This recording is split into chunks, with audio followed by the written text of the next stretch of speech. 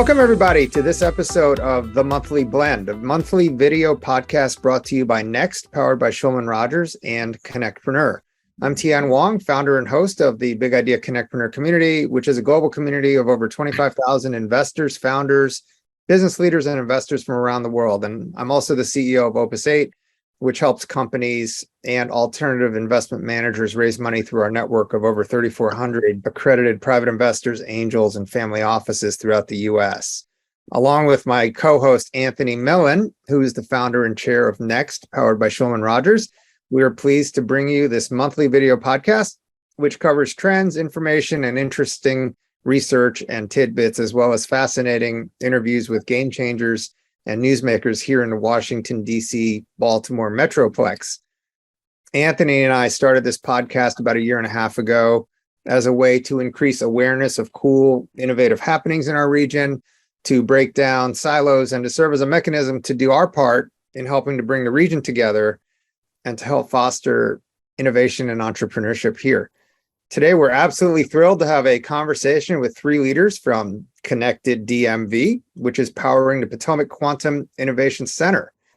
We have Sarah Bauder, who's the Vice President, Development and Workforce Initiatives, Matt Erskine, Chief Strategy and Economic Officer, and George Thomas, who's the Chief Innovation Officer, all of whom are with Connected DMV, which has done an amazing job in terms of bringing big ideas and big initiatives into our region by combining all of the constituents, governmental, private sector, public sector, educational, et cetera.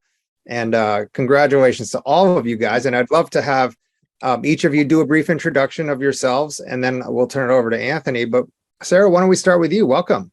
Yeah, thank you for having us. It's a pleasure to be back here again. So, my history is my career, I grew up in higher education. I have over 3 decades of education to workforce talent pipelines, really focused on marginalized populations. How do you get them good jobs through getting them certificates, skills, and degrees?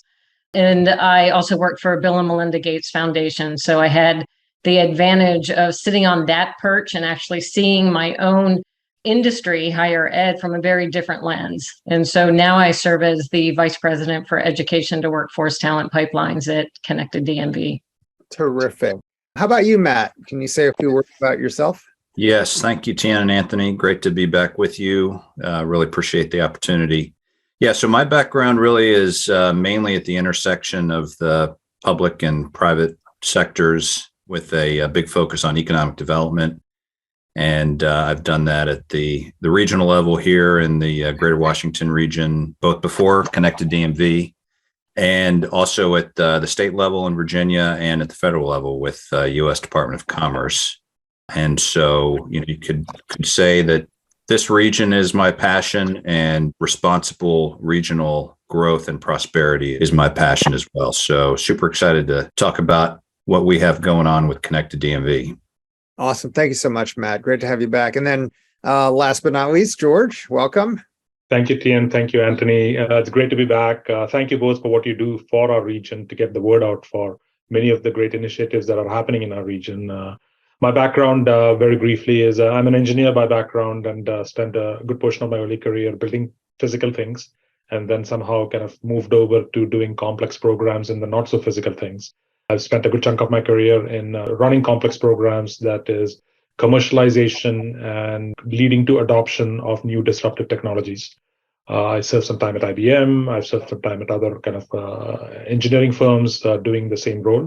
And at Connected DMV, I serve as the Chief Innovation Officer, and I have the pleasure of working with a very small but mighty team that has expertise in various aspects of government, not-for-profit, academia, engineering, to do one thing on behalf of the region, which is to drive in equitable economic growth, which is increase the size of the pie on behalf of the region for things that takes a village. So cross-sector, cross-regional, cross-domain, we get involved or are asked to get involved.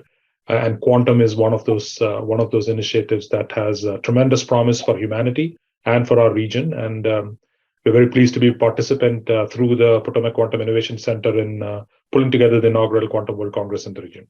Great. Thank you so much, George. I'd like to turn things over now to my co-host, Anthony Millen, who asked the first set of questions. Anthony is a serial entrepreneur. He is a venture capitalist with the Third Sphere family of venture capital funds, and he is also the founder and chair of Next, powered by Shulman Rogers, which is revolutionizing and disrupting the way that legal services are being provided to early stage companies. Welcome, Anthony. Great. Thank you. And welcome, George and Matt and Sarah. It's so great to have you with us on the show today. And, Connected DMV, and as Tien mentioned, is such an incredible organization and a real force in this region in building cross-sector ecosystems to establish industry pillars for economic growth. And Tien and I have been very involved in helping in the startup and early stage side with growing the ecosystem, and we appreciate the challenges and how hard ecosystem building can be. What are the added challenges to build one from an industry that is not quite here as of yet, that has not arrived yet? We'd be really interested to hear how that is different from some of the other things you've done before. Yeah, Anthony, I thought I'd maybe start first, just maybe a quick 5 seconds as a reminder on Connected DMV. We're the 501c3 here in the Greater Washington region, the metropolitan statistical area. And as has been said, we are by design cross-jurisdictional and cross-sector. While there are many excellent regional and other organizations here in Greater Washington and the National Capital Region, we're really the only one that creates a co-equal table for the cross-sector partners. So that's industry, government at all levels, federal, state, local, academia, which includes obviously universities, but also the community college system, nonprofits, philanthropy. And we take on big initiatives where we believe our region needs to be a leader, not just in the next 2 years, but really looking at the next 3, 5, 10 years, and are areas that no one sector can handle alone, and which is why we believe the cross-sector approach is needed, and you need the collective effort of our assets across jurisdictions and across the sectors. And so ecosystem building is what we do, and we're super excited. Specifically, what we're going to talk today is obviously quantum, and it does have its own set of challenges, but George is on top of it. Thanks, Matt. The challenge with any industry building is, as you very correctly said, there's so many piece parts that need to come together for things to really happen. And predicting those and managing to those in a established industry is very difficult. One of the cues we always take is that old saying is, those who don't know your history are doomed to repeat it. So our kind of vision for a lot of the things that we are building out is look to the past to look to the future. So we have experience knowing what challenges there are when a new disruptive tech comes on the market. And disruptive techs from somewhat simplistic single domain like AI, which is software related, got to do with data science, to more complicated things on the engineering side like a drone. So if you take quantum, it has a mix of software, hardware, and engineering in it. So it's like, complicated by itself. So we've kind of looked at multiple other threads of what's happened over the last couple of decades with what we now look back on and saying, I wish this had been in place. One very simplistic example is in the world of AI. The biggest complaint right now is we don't have enough women in leadership. We don't have enough people of color in leadership. But what are we doing for that for anything that's coming down 20 years from now? Not just continuing to go on the same road. So in quantum, our big focus has been, let's imagine the world 5 years from now, leaving it to the scientists to figure out all the gaps and the challenges that have to be solved, leaving it to the policymakers on how we interact with partners and adversaries from a national security perspective, leave it to policymakers to figure out export controls and everything like that. Assuming that all of that is in place, what should that ecosystem look like 5 years from now? So the big things are, you need talent and workforce. In any industry, talent and workforce has got to do with a small percentage of deeply technical people who are the back engine and a large percentage of people who help support it. From the C-suite down, you don't really need to know exactly what's going on in the industry. So that's one, workforce and talent. The second aspect of what we kind of looked at is, what are you going to solve for? who is going to be the buyer? Where is the industry that's going to eventually end up buying it? The traditional 20-year pathway from lab to adoption is really, let's build a whole set of hammers and then go figure out what type of nails there are in the world. How can we kind of change that and saying, here are the 3 types of nails that you should first prioritize building hammers for from the industry side of the house. So that's been a second focus of us, is trying to draw in the industry, the buyers of the technology, into the mix from day one. And the third leg from our side of the house in building an ecosystem has been around being open-eyed about policy and ethics. When you talk about policy and ethics, again, anything that is built, you look back on it and say, oh, the lines are drawn, the battles are drawn, how do we kind of move forward with it? So from our perspective, when we have looked at quantum, we have based our kind of thinking on what has not happened before for other industries. Could we do something different this time, knowing that eventually you're going to need it? And then who are the players in those spaces and how do we get them together now before something is already built? You talk about kind of looking historically. Do you see a great example of even around another technology or another region where somebody has done something in a way that you would follow? Or is this a real pioneering effort where you're learning mostly from mistakes that other people have made and things that other people have missed? Not just mistakes and successes, right? So like there are successes in various industries that have gone really well, not been repeated in industries that followed it. Mm-hmm. So, what are the successes? What are the challenges? What is unique about quantum? And put the 3 together. Like successes, as an example, I would point to the semiconductor industry, right? In the 1980s, the entire kind of industry got together pre-competitive to build what needs to happen. The build of semiconductors got subsidized by various governments for 30 plus years to make it actually land. And the value to society has been just immeasurable within it. So that's a huge success to be learned on how to keep an ecosystem humming along while waiting for some of the pieces to fall into place, not giving up on it. And then there are failures where like the AI winter is another fantastic example. We lost faith. The promise and the hype cycle overtook what people were looking for in a killer app. And then we went through an AI winter of investment and everything else. And now that's making a comeback. So there's positives and negatives, Anthony, to look at. And then there's stuff that's very unique in the world of quantum, which there are new mistakes to be made, is the best way to kind of put it. We don't know what we don't know yet.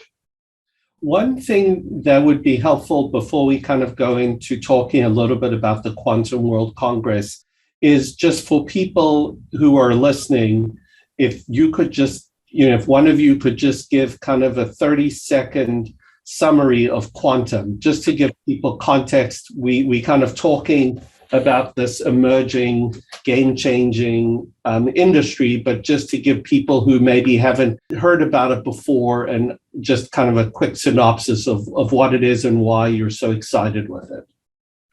I can take an attempt, but I'll make 2 caveats. There are people who have spent 50 years of their life building to this.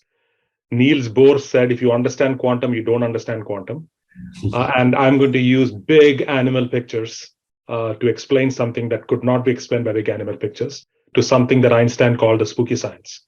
So with all of that as caveats, essentially what the promise of the world of quantum is how the world behaves at the subatomic level is not something we have known about 100 years ago. We've only known about the fact that the world at the subatomic level behaves completely differently. Simplistically, like different spin properties, different magnetic properties. And we now, over the last couple of decades, at best, have learned to interpret what that means, to create an action that makes it do something, to create a reaction that is predictable. And so we don't know what exactly is happening within it, but we are able to do A and B. And what that's kind of caused is multiple dimensions of problem solving to open up in pretty much every industry we can think about out of the physics that happens at that level. The 4 main kind of domains of quantum that people talk about, one is computers. So because we don't have to rely on just ones and zeros anymore in the world of quantum, it's all shades between 1 and 0.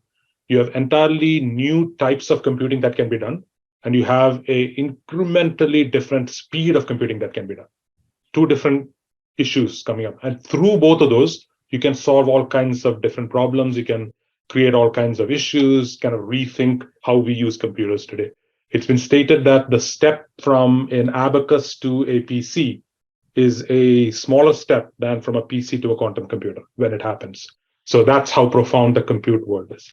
The other three, one is sensors. Just how we measure and observe the universe is going to be profoundly different. Think brand new MRIs, brand new gravimeters to measure, brand new CMOSs, chips to kind of see. All of that is just going to be profoundly different in the world of quantum, and it's called quantum sensing. Then arguably that is further along than even computing, depending on who you ask. The third one is called quantum materials, and this is a little bit more science fiction-y.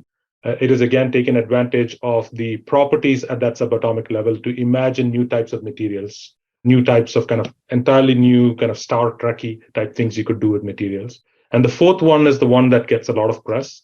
It's categorized as quantum communications, but it's got everything to do with cryptography, the quantum internet, all the fear that we have of who's going to break it first, banking, all of the stuff around what networks happen in quantum falls under the fourth bucket. So at a very high level, and very simplistically, that's the lay of the land. So from a promise perspective, Anthony, what it does for us is completely reimagine what we can do to optimize in little ways things we're already doing, let's say in energy production, searching for fuel, all of that stuff, and in profoundly different ways to maybe come up with a completely brand new energy source. So it's both that is possible through the world of quantum, and every industry we know of could be just different when somebody cuts the breakthrough. Great. Well, thank you. That is a lot, and it's also really exciting to think about the fact that your organization is doing all of this work to position our region and ecosystems to be a world leader in this. Sarah, I was wondering, that kind of leads into the Quantum World Congress. And just to hear a little bit about what's unique about the Quantum World Congress and kind of why it's being held now and why it's being held here. Well, I will answer that as best I can, but that really is a question for George. I'll say, from my perspective on the Quantum World Congress is, if we think about the exponential growth in quantum, if we need to be proactive, not reactive. And if you look at the history of technology, especially around ethics, policies, regulations, and standards, we've really starting in the 1990s with the advent of the iPhone and home computers, we became reactive. And so you can see, like Mark Zuckerberg's in front of of Congress because we're reactive to unintended consequences or downstream effects. And so what we're looking at is with this, with the Quantum World Congress is to grow awareness. Like, what is quantum? Myth busted. Like if you ask, John Q. Public about quantum, it's, way up there in the 50,000 foot level, and it's not real to me today. So part of it is me giving use cases. How do you make it real for me today as the public?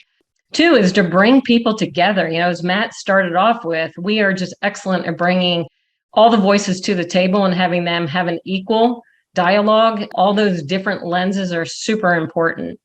And so I would say those are the top two. And third is our location. We want to be the hub of quantum. You look at cybersecurity.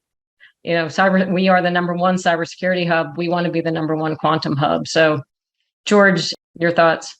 Well said, Sarah. The only things I could possibly add to what you said is, quantum is at that kind of inflection point where the hype could supersede the reality. And part of our mission, and I do want to kind of point out one thing, Anthony. We are helping with structure the ecosystem. The true hard labor is being done in research and science and engineering, and the billions of dollars that are being invested to actually solve the hard problems. We are just here trying to make sure that there is an ecosystem ready when those seeds pop for it to land into fertile soil. So I do, want to kind of be sure that it does not come across at all that we are leading the research in any way. That is not our mission. Our mission is to help the researchers, help the scientists, help industry get better traction, accelerate, and scale. And within that context, Quantum World Congress, there's two challenges to the world of quantum today. One is, where is the hype cycle? How do we make it real? From one perspective of tamping down to make it, from an expectation perspective, real. The flip side of it is, how do you keep the momentum going for true successes? And how do you get the parts of an ecosystem to come together on a regular basis to talk? There are a lot of conferences in quantum already that are all either very, very technical. So pick a domain and a subdomain and a subdomain and you do that. or very broad from one science perspective. So like 3,000 physicists might get together to talk about quantum as one of the topics. So those are the things. We are really envisioning this as a business conference. So how do we get those people to talk to the people who will put money into it, to talk to the people who will end up buying it, to talk to the people who will make up policies which will affect everything? And how do you do that on a regular basis within the community? And then there's another layer around it. How do we do that with international colleagues? All of those 4 or 5 topics we talked about, including ethics, mean differently whether you're in the US versus Germany versus Japan. Those concepts mean differently. So how do you get them together to start talking collaboratively across countries to kind of say, all right, this is where we're kind of sort of headed. When the breakthrough happens, how will we catch it? What will we do? If something bad happens and there are bad actors, what are we going to do to react? How do we have this conversation to keep the engine going? And Anthony, if I could, I just add to your question, why here? We've put a stake in the ground saying that we want to be a top 5 leader as a region in quantum in the world by 2030. And if you think about the assets we have here, we have the first pure play quantum IPO in our region in INQ. We've got world-leading research in quantum going on at the University of Maryland, at Howard, at George Mason, at our universities. And we've got this incredibly supportive ecosystem of other, industry and other players. And we're the nation's capital. So we do have that strong tie internationally, and which is so important, as George pointed out, to ensure that we are convening not just the region, but looking beyond nationally and globally. And of course, we're the center of the federal government. So to Sarah's point, in terms of standards and policy and regulation, critically important for our national capital region to lead on this. And this will be the first conference of its kind, and our inaugural conference, which we hope will and plan to be really going strong for the foreseeable future. This sounds like such a significant event for the industry that will be emerging and for the region. Could you tell us a little bit about the programming that people can expect at the World Congress? Yeah, sure. That's a great question. So it's a 3-day program for the first year's event. It's November 29th, November 30th, and December 1st. It's going to be based at the Ronald Reagan Building and International Trade Center downtown in DC. The day 1, November 29th, is a pre-event day. So there's multiple boot camps that are being held on that day. Some of them deep into the world of quantum. You'd need to have prerequisites to get in. We are having classes for high school and middle school kids to kind of immerse them into the world of quantum. We are having a professional development day for teachers, primarily high school teachers and 2-year community college teachers, to kind of get into the world of quantum. We are having 2 executive education sessions. So if you're an executive at an industry company, name any life sciences, space tech, energy company, if you are a C-suite in there, somebody comes and talk to you about quantum today, you immediately think computers, point them to your CTO or CIO. What we really want that community to know is, what is the promise of quantum? What are the risks associated with playing and not playing? How do you invest? How do you tell when the 1,000 people selling quantum in handbags these days? How do you kind of tell what is real in it? So it's kind of give a first level executive education and immersion in the world of quantum. So it's a bunch of boot camps on day 1. We are also having 2 kind of side events on day 1 held in conjunction with others, with the Quantum World Congress. First is the 2022 plenary of the QEDC organization, which is the National Quantum Economic Development, the Quantum Economic Development Consortium. They are having their annual plenary in conjunction with this, and the Quantum Industry Coalition is also having their annual plenary. So that's day 1 is meetings, boot camps, teaching, learning, etc. is what's happening. Day 2 and day 3 is the main conference, if you want to think about it that way. So there's plenaries in the morning with high-level talks from the 4 sectors, senior level talk from government, an international talk, somebody representing science and somebody representing industry, having conversations. Our keynote from a government perspective is Ann Neuberger from the National Security Council. We have other very senior leaders across the other sectors speaking on day 1 and day 2 in the mornings in the plenary. And in the afternoons, they go into breakouts. There's 3 types of breakouts, 2 for market acceleration, which is events around policy, around investment, around where you are with integration, product development, 2 tracks around science and technology, which is, again, not speeches on science, but workshops held by domains to kind of figure out how to progress where they are at. There's, like I said, there's a lot of science conferences. These are intended to be more workshops. And the last track, the fifth one, is around government and security. Very much a focus on national security. There's a lot of international collaborators coming. The 14 countries are invited who are sending representation, and a few other friendly countries in the world of quantum are all coming. So collaboration, international and national, government and security is kind of like the fifth track. The one other thing that's happening is on the evening of the 30th, or the second day, there is an invite-only international dinner that is being envisioned for the very small audience at the ambassador, mission leader level and senior government US officials level. Given that they're all here, be a good opportunity for them to kind of talk and have some bilateral and multilateral discussions. So that's what we envision over the 3 days, Anthony. Great. Thank you for sharing that. I'd now like to hand it back to Tian. Great. Thank you, Anthony. Really interesting stuff. And I'd just like to continue along the thread, George, that you had brought up about these sort of convening all these decision makers and international players. Obviously, there's a lot of promise and a lot of money coming into quantum from all over the world. What kinds of things are you guys, Connected DMV, looking at in terms of establishing protocols, establishing potentially some standards, and to sort of make sure that collaboration is done cooperatively, if at all possible? Yeah, the geopolitics of this is very difficult, especially in the last couple of years of the way the world is. But essentially, the quantum holds promise in what it can do.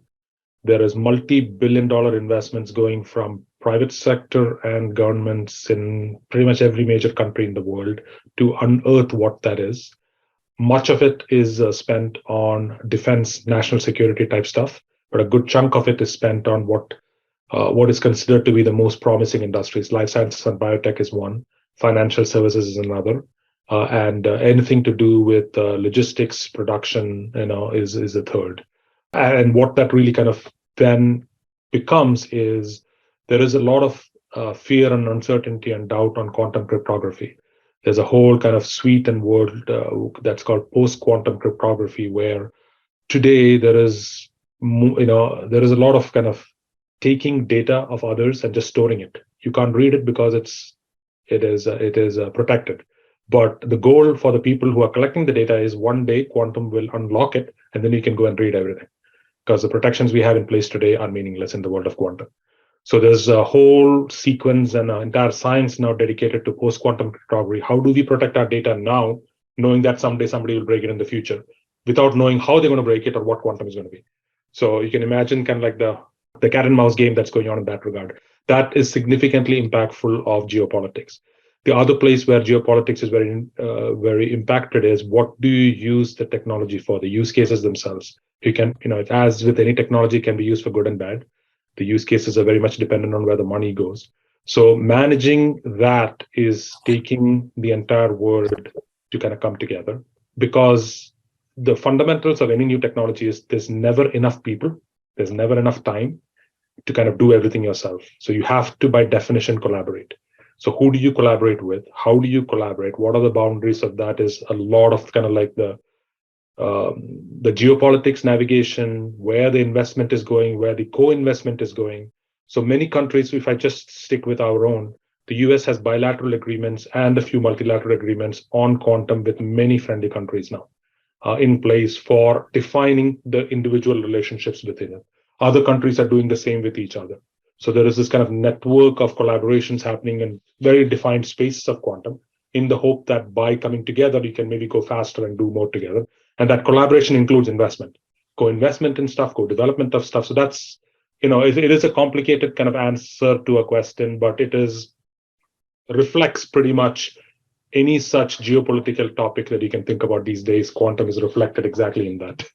And Tian, maybe if I could bring it home to our region from the geopolitical to maybe what we're working on here in terms of driving collaboration, there is significant federal investment that is now available, as George has pointed out, and we are collaborating to capture more than our fair share, again, as we want to make our region a top 5 leader in this important area. And so we're collaborating with a number of partners, but principally the University of Maryland on a Type 2 proposal to the NSF engines funding opportunity. Very exciting opportunity, $160 million that the NSF is going to award to the winners. We've also successfully received a grant from the U.S. Department of Commerce to fund a 5-year strategic plan to fund a quantum and healthcare innovation hub for our region, centered first, obviously, up in the sort of the biotech hub of our region up there on 270, but to encompass the entire region, because the whole region has assets in that space. And again, that being a wonderful use case of quantum technology and healthcare, biotech, life sciences, whether it's personalized medicine, genomics, the massive amounts of data, new medicines, that kind of thing. Very powerful. And we've got incredible partners, and very excited to get going on that with the grant from US EDA at the Department of Commerce. So, those are two examples. You could argue, I think, and this is not an exact analog, but if you look 15, 20 years ago at where solar and wind power were, it needed to be de-risked. The price per kilowatt was still way too high. And the government, US government, put in significant investment to accelerate that economy. And now look where we are today. We almost take it for granted that we've got relatively inexpensive power coming from our wind and solar assets. 5 years ago, that wasn't the case. But because of that initial investment, the private sector then was able to lead to create the opportunities that we have now in that particular sector. And there are some similarities to kind of where quantum is right now. If we can make the best use of the public investment and leverage that, as George said, with the private sector investment and other sectors, 10 years from now, we're going to look back and we're going to be pretty excited. Yeah, no, thank you for that, Matt. And obviously, none of this happens without great talent. And my next question is about developing talent and workforce. We all know it's a huge challenge. How do you guys see the build out of the quantum and quantum adjacent workforce? And how is the Quantum World Congress helping with this facet? I'll jump in here, since my career has been education and workforce talent pipelines. And I don't think you can talk about workforce without bringing education in. So I think the two are intertwined. It's interesting. So having grown up in higher ed, if you look at just quantum itself, quantum, I would say, 5-10 years ago, courses were taught off hours in the back of a physics building and nobody even knew about it. And you fast forward to today, and now the narrative is about who's the best quantum university out there. And there's this vying of competition of raising to the top. And so you look at that. I was just in a meeting yesterday. I'm writing a white paper on ethics and policies around quantum. And I was talking with these quantum physicists, and the demand, almost the urgency for new talent to be developed is growing exponentially. And so what we need to do is figure out, how are we going to balance supply and demand? And one of the things that we're doing at Connected DMV, and George, is growing awareness in the K-12 space. Because if we don't grab them early and help them understand what type of roles they can have, what type of education that they need, what certificates, they're going to lose by the time they get out of high school and go into college, and they're not going to have that background. I would say that's one. Two, I'll throw a concern on the table. One of the concerns I have, not knowing quantum very well, I'm not a techie person, but have studied it now that I'm looking at this ethics and policy, is if you take all the layers of the onion away from quantum, you have one word left, and it's math. And so if you look at math and you start with K-12 and you start to look at, there's a potential to have an increased bifurcation of the workforce. And so, to one of George's point is, we need to get more women, we need to get more minorities to really start to look at math differently, and we need to get them early on.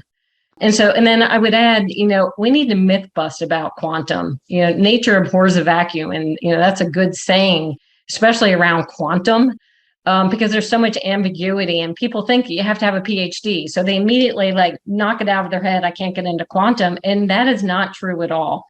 And so there's going to be so many new job roles that are going to be created that if we look and start preparing now, we'll be ready for it, I think, in the future. And so that's what we're looking at Connected DMV. Could I paraphrase the quote from The Breakfast Club? Because I think it Yes, here. The one character was very good at math, but he failed because he couldn't get his light and shop to work. And the other character challenged him on it. And he said, well, without math, there'd be no engineering. And the other character said, without lamps, there'd be no light. I think all that goes to say is that, to Sarah's point, there are going to be career opportunities along the skill spectrum, and it's not just going to be PhDs. This is clearly a set of career pathways we want to get right now, because, as George said, we don't want to make the mistake that we did with AI and with cyber, where we weren't proactive in terms of ensuring shared opportunities across all communities. Yeah, and if I'm a company looking to come into a space, I'm not just hiring physicists, I need the rest of it. And it's not just new talent into it, it is re-educating a data scientist into the world of quantum, re-educating people in manufacturing into quantum sensing. There's a whole number of existing workforce that can get back into the world of quantum, higher paying jobs from one perspective. And it's not even quantum requires degrees. There's a lot of technician jobs in quantum that will come up. A lot of blue collar jobs. There'll be a lot of no collar jobs that come up at quantum. Within 6 months, you can train up to do something to assist in the world. So if the promise holds true in the next 5 years, this will be a massive industry, and there'll be all types of jobs. If you take our local unicorn, IonQ, approximately 100 people, there'll probably be about 15 with deep quantum physics, world-changing expertise. The other 85 are not. So that's what we want to try to build towards. Got it. Well, this sounds very exciting. My last question is, how can our audience help? Are you guys looking for more volunteers, more sponsors, et cetera? Yes. Okay. In a nutshell, what do you guys yes. need, and how can they get a hold of you guys? So the easiest way to get a hold of us is there's a website up for Quantum World Congress. It's quantumworldcongress.com. And Potomac Quantum Innovation Center, PQuick, also has our own website, pqic.org. There's forms to fill out depending on what your interest levels are on it that all get redirected to places within the organization. From a Quantum World Congress perspective itself, there are still a few sponsorships left open that we are looking to find more skills for. We are definitely looking for more people to just get involved in the space, register and attend. Registration is open, and this is not just for people in quantum. We are inviting everybody in our ecosystem here, industry, government, academia, students, to kind of log on, join, register, and come and spend 3 days in a group of people that are at the frontiers of a new science, and try to figure out if there's a space for you within it, even if you're just interested. And of course, volunteers are always welcome. There's more work to go around than we can shake a stick at. But yeah, for sure, in any of those capacities, you can reach to us through either of those websites. Thank you so much, George. Sarah, Matt, any last words or thoughts before we close out? No, I would just say, this is the inaugural conference, so register, be excited to attend. Again, as George said, you don't have to be directly engaged in the quantum industry. Find something relevant for you, especially if you care about our region and care about responsible economic growth. And, for companies, small, startup, large, medium, as George said, still excellent sponsorship opportunities to be a fundamental part of this. Fantastic. Yeah, and I would close by just saying thank you. I think this is just a wonderful conversation to have. I think the public needs to hear what's going on, and this is a good outlet for us to talk about how we can help our economy and build social equity. Thank you so much, Sarah, George, Matt. Very exciting what you guys are doing. I learned a lot. I can't wait to attend. I'm very excited about learning more about quantum. And with that, let me turn it over to Anthony, who has some final remarks. Anthony. Great, thank you. I also would like to thank Sarah and Matt and George. Thank all of you for, first of all, everything that you do with Connected DMV for our ecosystem. As I said at the beginning, I think it's an incredibly important and impactful organization and mission, and we really appreciate everything that you do. And we're really excited about the role that you're taking in trying to bring quantum, which is, very clear from today's discussion, one of the most important future industries that people are working towards, and to have us in the top 5 globally as a place for becoming an epicenter for quantum-related work is something really exciting to work towards. So thank you very much for that as well. And we look forward to our next month. And thank you very much for joining us today. Thank you. Thank you, guys. Thank you for having us.